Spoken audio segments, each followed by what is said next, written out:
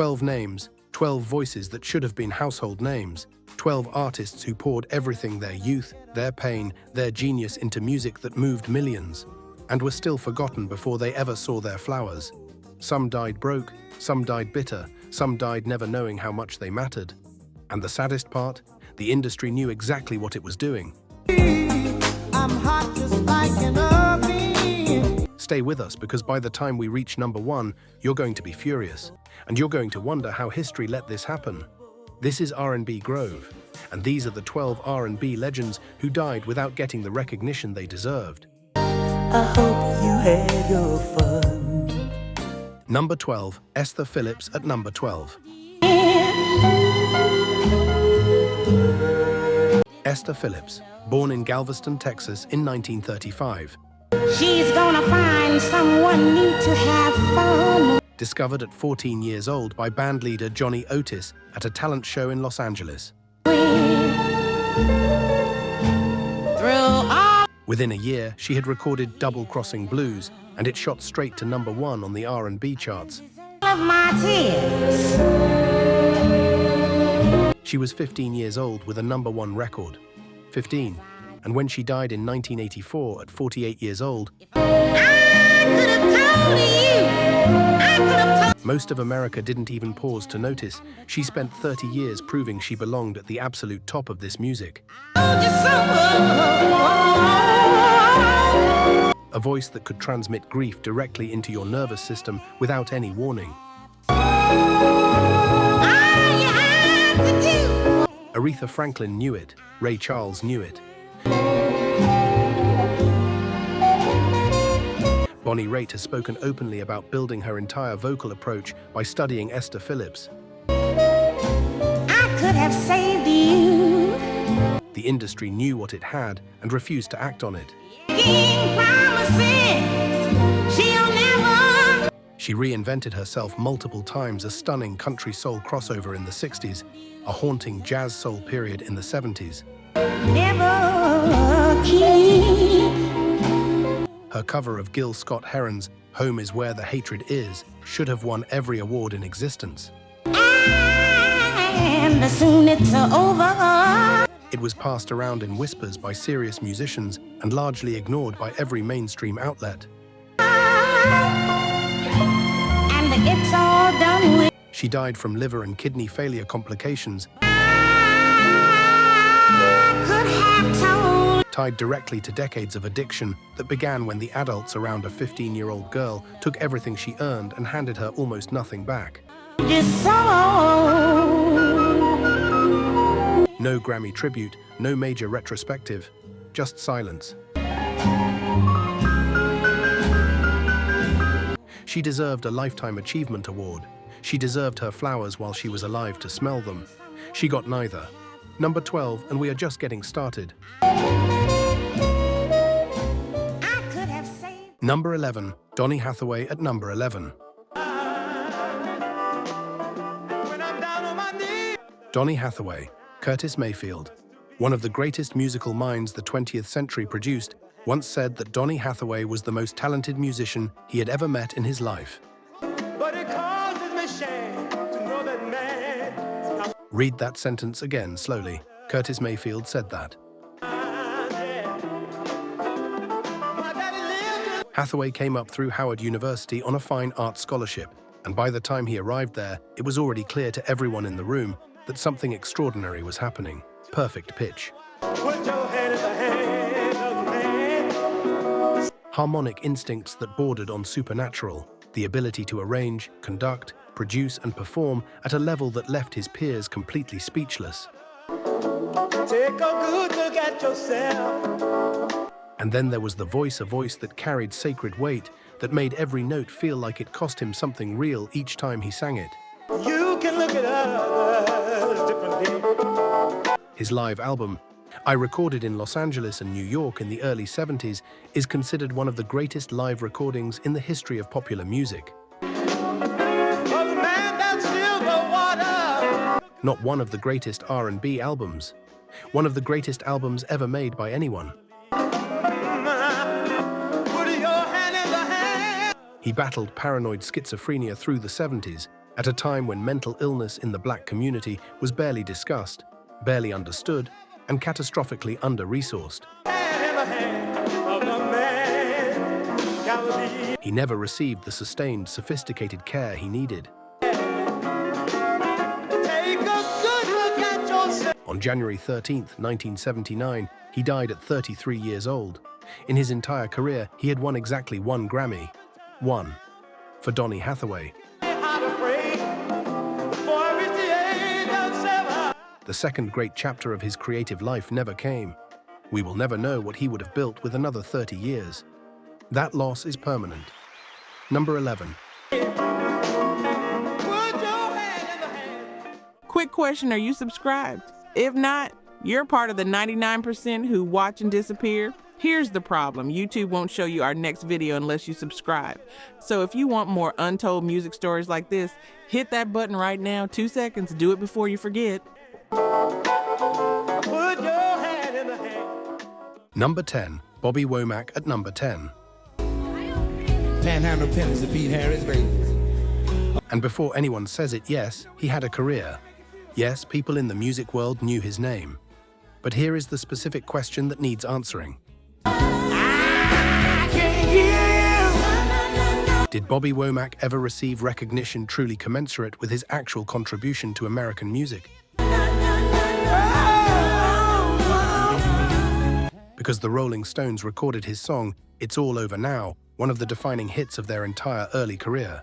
Everybody sing the song, shine. Bobby Womack wrote that song. The Stones got famous from it. All night long. He came up under Sam Cooke himself, learning everything about musicianship and the mechanics of the business from the most elegant black pop artist in America. And then in December 1964, Sam Cooke was shot and killed. Womack's world collapsed. 3 months later, he married Cooke's widow. About nothing in particular. The black music community was devastated, yet radio stations across the country boycotted his music. Ooh, you might even say. His career was effectively strangled before it could breathe. She's Harris lady. He spent years fighting his way back through sheer force of talent, writing songs, playing sessions, proving himself in every room he entered.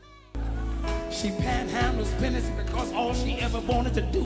Real hits followed, real artistry, a catalogue of genuine influence that stretches across decades. Was feed Harris babies. Wait a minute. He received a Grammy Lifetime Achievement Award in 2013, the year before he died. One award. Would y'all like to meet Mary? At the very end of his life, when his health was already failing. All over the ground. Bobby Womack was a master guitarist, a remarkable vocalist, and one of the most instinctive songwriters his entire generation produced. Can I say it one more time? He gave everything to this music. The music world handed him back a fraction of what he deserved. Number 10. Number 9. Phyllis Hyman at number 9. Me alone. Lay before. Close your eyes and imagine a voice, not pretty beyond pretty, not powerful beyond powerful, a voice with actual architecture to it, with rooms inside it. Truth is a hard thing to come. With a quality of emotional intelligence so precise that it made you feel like the singer knew your specific pain without you ever saying a single word out loud. That was Phyllis Hyman. And the fact that she is not discussed alongside Whitney Houston and Anita Baker every single time those names come up is one of the great ongoing failures of how this culture remembers black music. Trust is a hard She was born in Philadelphia in 1949, nearly 6 feet tall. thing to come by these days. Commanded every stage she walked onto with a natural authority that stunned people the first time they saw her. You build me up to let And her voice moved between jazz and soul and pop with a fluidity that was completely instinctive and that made radio programmers nervous because they couldn't put her in a single box. You love me. I thought I would own. Her 1991 album, I Refuse to Be Lonely, is genuinely one of the finest R&B albums of its entire era. It deserved to be a blockbuster. She suffered from severe depression for most of her adult life. Where you were coming from. She spoke about it openly, publicly, with a brutal honesty that was startling and brave for the time. She felt the absence of mainstream recognition as a specific and personal wound. You told me you loved me. And she said so, in interviews, in conversations, without apology. Living in confusion. On June 30th, 1995, Phyllis Hyman died by suicide at 45 years old. These days, you build me up. She was scheduled to perform at the Apollo Theatre that same evening. The audience sat and waited. She never got her flowers, and not even close to what she deserved. Number 9. Number 8, Minnie Riperton at number 8. We'll live each day in springtime. 'Cause Minnie Riperton, 5.5 octave range. And before that number means nothing to you, understand what it means in practice. loving you is easy. It means she could move from a deep, warm, resonant chest voice through a complete and expressive middle range Because you're beautiful and and up into a whistle register so pure and so controlled that it didn't sound like a human voice being pushed to its limits. day of my life is filled with love. It sounded like a completely different and perfect instrument that happened to live inside the same body. Loving you, loving She was born in Chicago in 1947, began serious voice training as a child, you. I see your soul come sang session work and backup at Chess Records as a teenager, is out of loving you. fronted a psychedelic soul group called Rotary Connection through the late 60s, genuinely brilliant. Are genuinely strange records that almost nobody outside a small circle of devoted listeners ever heard.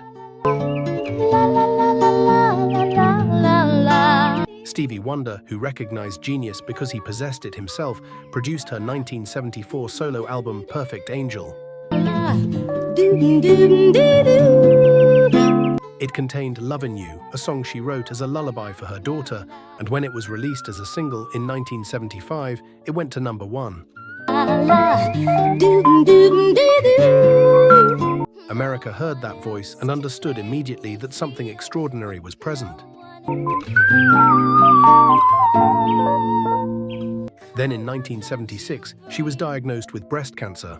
Colors that you bring. She was 28 years old. She became a public advocate, Stay with me while we grow old and we spoke openly about her illness with courage that was remarkable for an era that preferred to look away.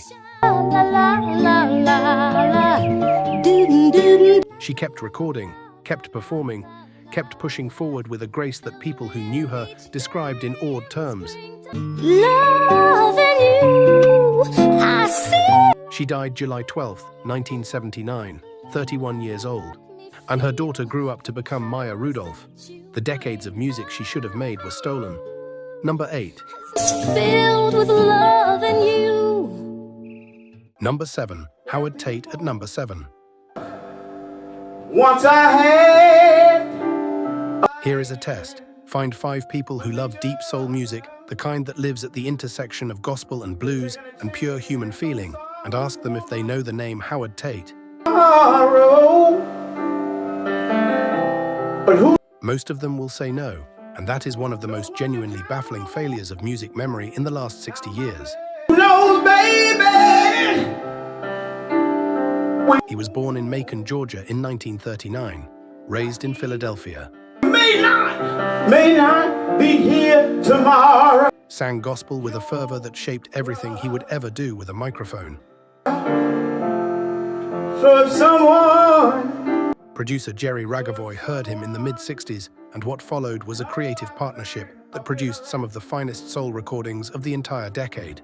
comes along and gives you, Get It While You Can, later covered by Janis Joplin, genuine affection. who loved the original so much she recorded it twice, is a declaration of raw emotional urgency that hits you like weather. Get it while you can. Joplin's version is powerful. Tate's original is the real thing, the source, the artifact from which the copy was made. Better get it while By the early 70s, inconsistent label support and insufficient promotion you can. had pushed him into the wilderness that swallowed so many soul artists of his generation. Get it while you can. He disappeared almost completely. For decades, people in the music world wondered what had happened to him. Don't turn your back on love. Then in 2001, he was found living in New Jersey, his voice still intact, his gifts still entirely present. He recorded again, I want to tell you a little bit about myself. performed again, and then he died in December 2011 at 72, with only a fraction of the recognition his 2 extraordinary years at Verve alone had earned. Somebody. Those records deserve to be in every serious conversation about the greatest soul recordings of the 60s. They almost never are. Number 7. Don't turn your back on love. Number 6. Marvin Gaye. Before anyone objects, yes, Marvin Gaye is famous. Yes, people know his name. But here is the specific argument this entry is making, and it matters. Marvin Gaye spent most of his career fighting the Motown machine for the right to make the music he actually wanted to make. He was repeatedly underestimated by an industry that preferred him safe, smooth, and commercially compliant. And when he finally broke through with What's Going On, one of the most important albums in the history of American music, the label initially refused to release it. Berry Gordy called it the worst thing he'd ever heard. Let That Land. Berry Gordy called What's Going On the worst thing he'd ever heard. Marvin Gaye was born in Washington, D.C. in 1939.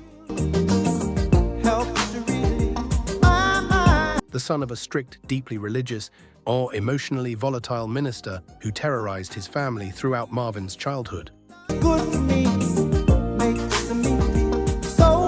The relationship between Marvin Gaye and his father, Marvin Gaye Sr., is one of the most tragic and complicated in the history of American music. A story of love and fear and spiritual longing and violence that runs as an undercurrent through everything Marvin ever recorded. He came to Motown in the early 1960s and spent years being packaged as a smooth, respectable pop soul artist, a role he performed brilliantly. Because Marvin Gaye was incapable of not being brilliant. But it wasn't what he wanted. He wanted to make music that addressed the real world, the Vietnam War. Environmental destruction, poverty, spiritual crisis, the condition of Black America. Motown in the 1960s was deliberately, strategically, and carefully keeping its artists away from political content. The crossover to white audiences required a certain kind of distance from controversy. Marvin Gaye chafed against this constraint for years. What's Going On in 1971 was his declaration of independence. It was the album he made because he could not make it. And it was the album that changed everything, not just for him, but for what concept albums in soul music could aspire to be. It is a masterwork, a singular achievement, and it very nearly wasn't released at all. His Let's Get It On period in 1973 brought massive commercial success. But it also brought a cocaine addiction that would deepen through the late 1970s and a financial situation that became genuinely catastrophic. Get up, get up, get up, get up. Let's make love tonight. A ruinous divorce from Anna Gordy, a devastating tax debt to the IRS, Feeling is something that's good for me. Whenever and increasing paranoia driven by drug use pushed him into a period of exile. He moved to Europe, to Belgium and London, to escape creditors and find some kind of peace. Midnight Love in 1982 and the global phenomenon of sexual healing felt like a genuine, triumphant return. a sea was storming inside me. He won his first Grammys for that record, his first ever Grammys, more than 2 decades into his career. His first. I got sick this morning. He was in his early 40s. He was on the verge of the second great chapter of his creative life. Call you up, baby. Number 5, Leon Haywood. Some names land differently among musicians than they do among the general public. Leon Haywood is one of those names. If it was really meant to be. If you are a producer, a beat maker, a serious student of West Coast soul and funk, you know exactly who Leon Haywood is. You know I Want to Do Something Freaky to You. You know that Dr. Dre and Snoop Dogg built Nothing But a G-Thang, one of the most successful rap singles in history, on a sample of Haywood's groove. You know that the bass line of that record is his, the architecture is his, the feel is his. If you are a general music listener, there is a very good chance you have never heard his name. Leon Haywood was born in Houston, Texas in 1942 and established himself in Los Angeles as a serious musician and songwriter with a deep background in gospel and blues. And he played keyboards for Sam Cooke, there's that name again, and worked as a session musician and band leader before launching his solo career in the late 1960s. When I'm in the mood for love.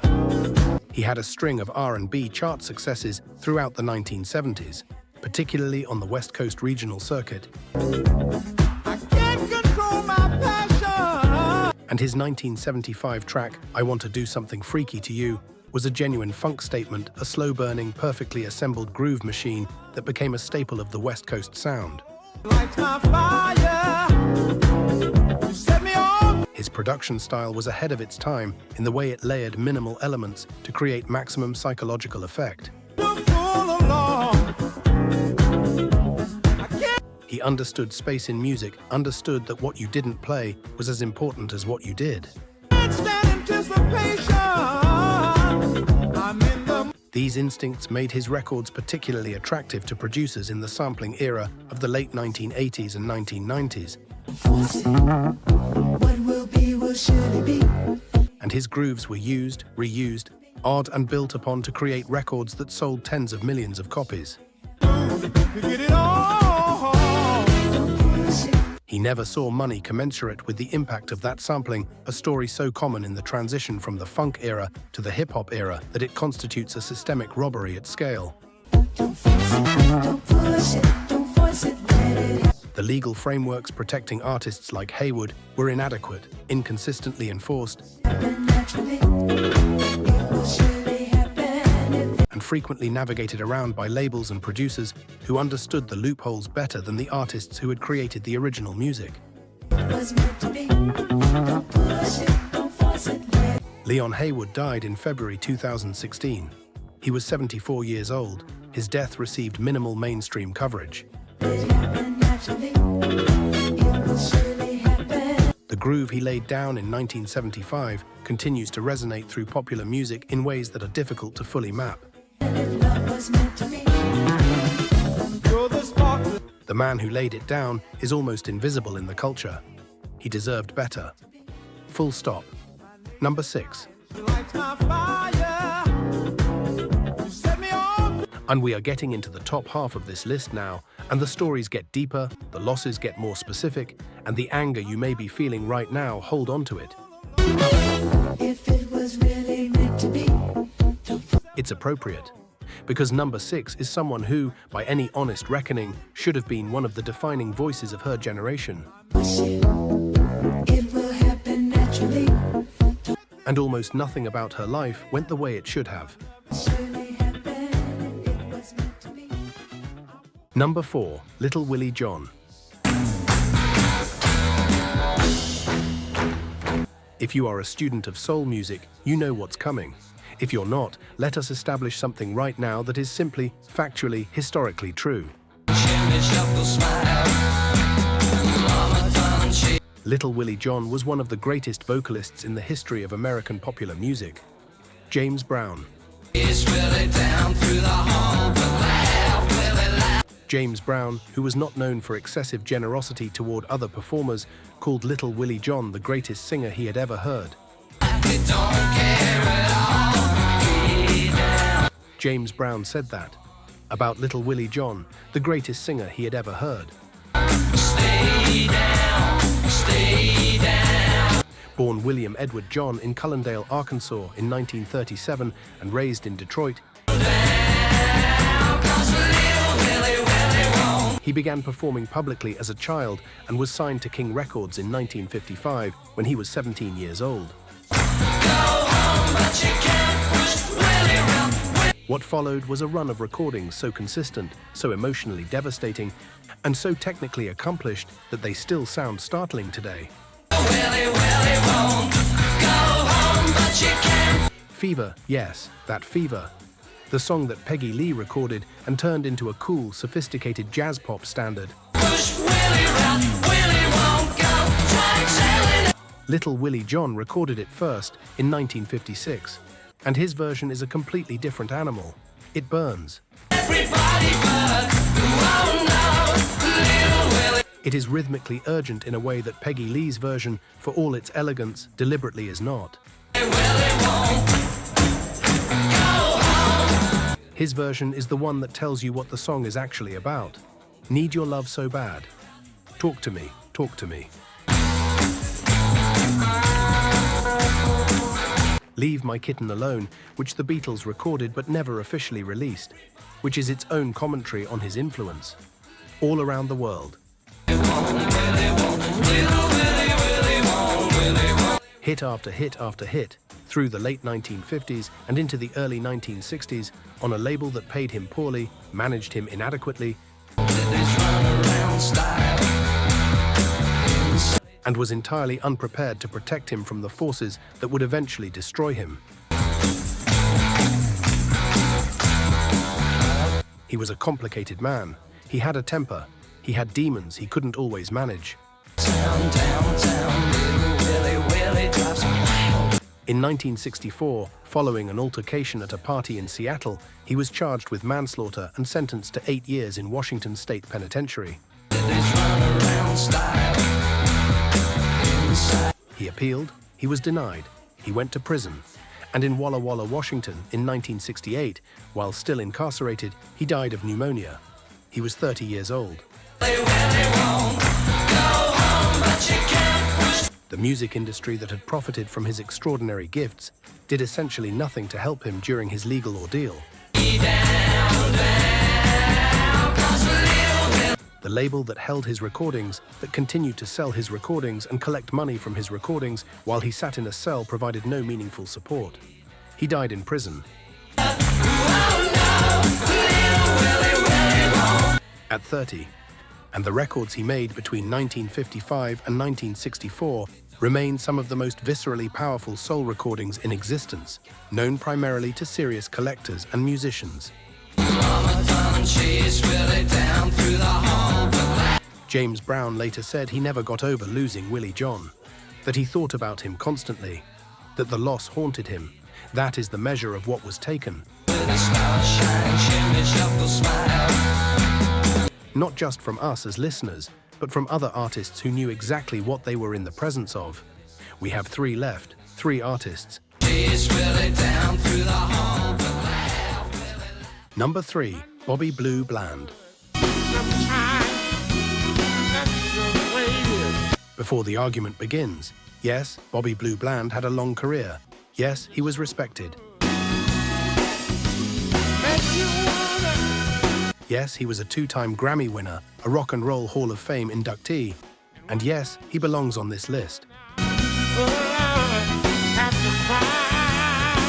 Because here is the truth. Bobby Blue Bland was, by any honest assessment, one of the 3 or 4 greatest vocalists in the history of American popular music.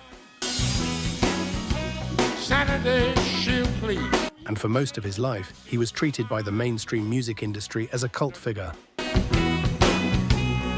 what does the sensation of it? A niche artist, a beloved presence within the R&B and blues world, who simply could not be made to cross over in the way that the industry required for full legitimacy. Born Robert Calvin Brooks in Rosemark, Tennessee in 1930, he came up through the Memphis scene of the late 1940s and early 1950s. Now, when you got a headache, the same scene that produced B.B. King, Junior Parker, R. and Roscoe Gordon, all of whom he performed with in the loose collective known as the Beale Streeters.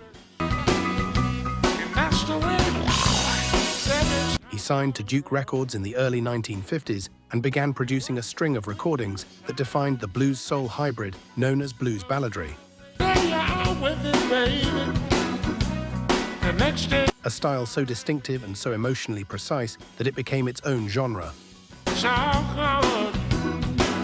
So you say What Bobby Blue Bland had that almost no one else had was the ability to make technique completely invisible. Every tool he used, it like you find it. No, you believe it. the melisma, the gospel shout, the intimate murmur, the crack in the voice that let the pain through, Just like it is. And that's the way. felt entirely natural, entirely spontaneous, entirely like the first time he had ever felt what he was expressing. Make you wanna. He made songs feel like confessions. He made recorded music feel like it was happening live, right now, just for you. Unturn on your love light. Further on up the road, That's the Way Love Is, I Pity the Fool, Stormy Monday Blues. Decades of extraordinary recordings that defined what emotional authenticity in soul and blues singing could be. And yet outside of the specific communities that loved him, outside of the musicians who studied him and cited him and built on him, he remained something closer to a secret than a publicly acknowledged giant. His Hall of Fame induction came in 1992. His Grammy wins came late. The mainstream cultural reckoning with his significance has still not fully happened, more than a decade after his death in June 2013. Number 2, Frankie Lymon, 13 years old. 13. That is how old Frankie Lymon was when he recorded Why Do Fools Fall in Love in 1955. And that record, that perfect, buoyant, impossible confection of a record, went to number 6 on the Billboard pop charts and to number 1 on the R&B charts and made Frankie Lymon and the Teenagers one of the most celebrated acts in the country almost overnight. 13 years old. Think about what you were doing at 13. Born in Washington Heights in New York City in 1942, Frankie Lymon was the son of a gospel singer and possessed a voice that had qualities that are genuinely difficult to describe without reaching for inadequate metaphors. It was bright without being thin. It was emotionally expressive without being manipulative. It was the voice of a child. but it understood something about longing and joy and the complicated feeling of wanting something you cannot quite name that voices twice its age rarely accessed. The Teenagers were a multiracial doo-wop group from Harlem, and their sound was the sound of New York in the mid-1950s. Exuberant and tender and street smart and deeply unmistakably human. Why Do Fools Fall in Love is one of those songs that tells you everything about its era while also existing completely outside of time. You can put it on right now and feel its joy immediately, without any historical context required. The problem began almost immediately, was the music industry. The song's songwriting credits were disputed almost from the moment it was released. Multiple parties claimed authorship. Why do birds sing? Number 1. Arthur Alexander. Say the name, Arthur Alexander. Say it out loud if you can. Because this is a name that should be in the conversation every single time the founding of soul music is discussed. This is a name that should be on the wall of every music school in America. This is a name that the Beatles knew.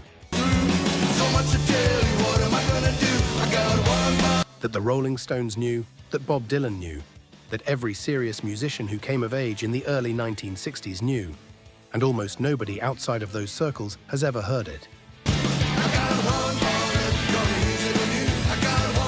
Arthur Alexander was born in Florence, Alabama in 1940, in the deeply segregated Deep South.